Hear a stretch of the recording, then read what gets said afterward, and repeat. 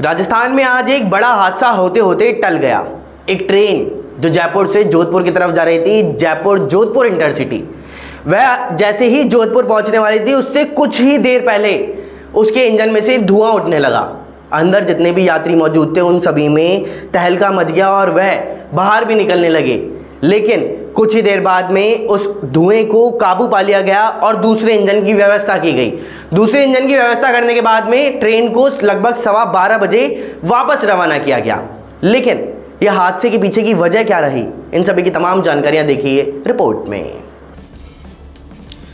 जयपुर से चलकर जोधपुर आ रही इंटरसिटी के इंजन में शनिवार की सुबह गोटन स्टेशन से करीब 2 किलोमीटर पहले धुआं उठने लगा। इससे एक बारगी तो यात्री घबरा गए और बड़ी संख्या में यात्री ट्रेन से नीचे भी उतरे। इसके बाद रेलवे की टीम इंजन फेल होने के कारणों की जांच के साथ वैकल्पिक इंजन का इंतजाम करने में जुटी। साथ ही इस रूट से गुजरने वाली कुछ अन्य गाड़ियों को भी रोका गया। इसके बाद जोधपुर से दूसरा इंजन गोटन के लिए रवाना किया गया, जो करीब 12 बजे गोटन पहुंच गया।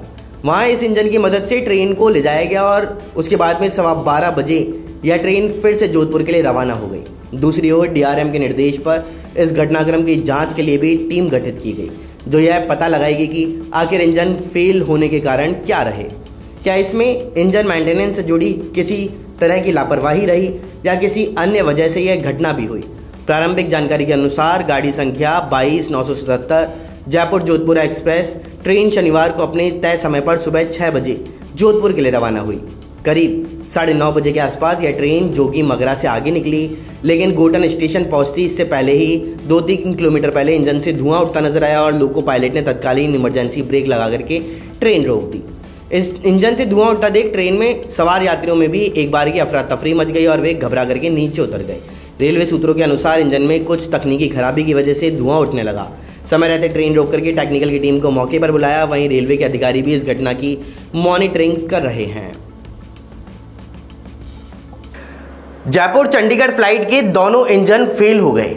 बता दें कि ये हवा के अंदर का मामला सामने आया है। जब फ्लाइट आसमान के अंदर उड़ रही थी, यात्री उसके अंदर मौजूद थे और इसी दरमियान दोनों इंजनों के फेल होने से अब सभी यात्रियों की धड़कनें बढ़ गई।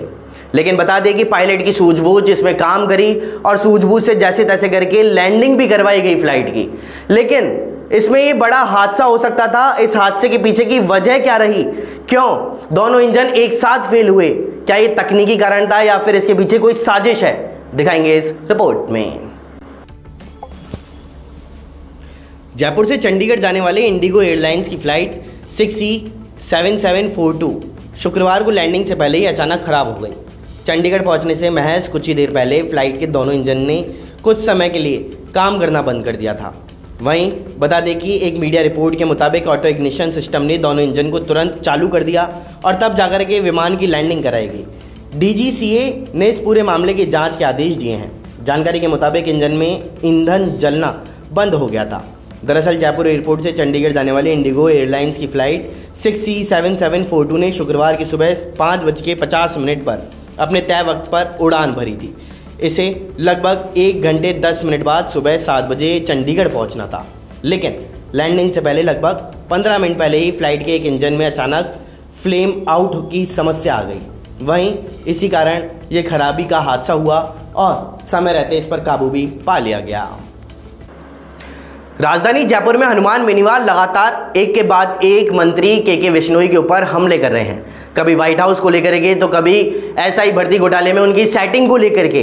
जी हाँ, ऐसा हमारा कहना नहीं है बल्कि हनुमान बेनीवाल का कहना है। और इसी के चलते हुए एक के बाद एक जो हमले हुए हैं, अब इस पर मंत्री के बिश्नोई ने भी पलटवार किया है। जो व्हाइट हाउस को लेकर के कल उन्होंने सवाल उठाया था, उस व्हाइट हाउस को लेकर के उन्होंने अब सभी तरह के स्पष्टीकरण जवाब दे दिए हैं। क्या ये जवाब है, सीधा सुनिए। उन्होंने हमेशा राजनीतिक जीवन में पाला बदलने का काम किया, उसमें वो एकदम माहिर है। अब क्योंकि पाला बदलते बदलते सब जगह रास्ते बंद हो गए तो उन्होंने ये फिजूल की बातें करना शुरू किया। क्योंकि सुर्खियों में कैसे बने रहना।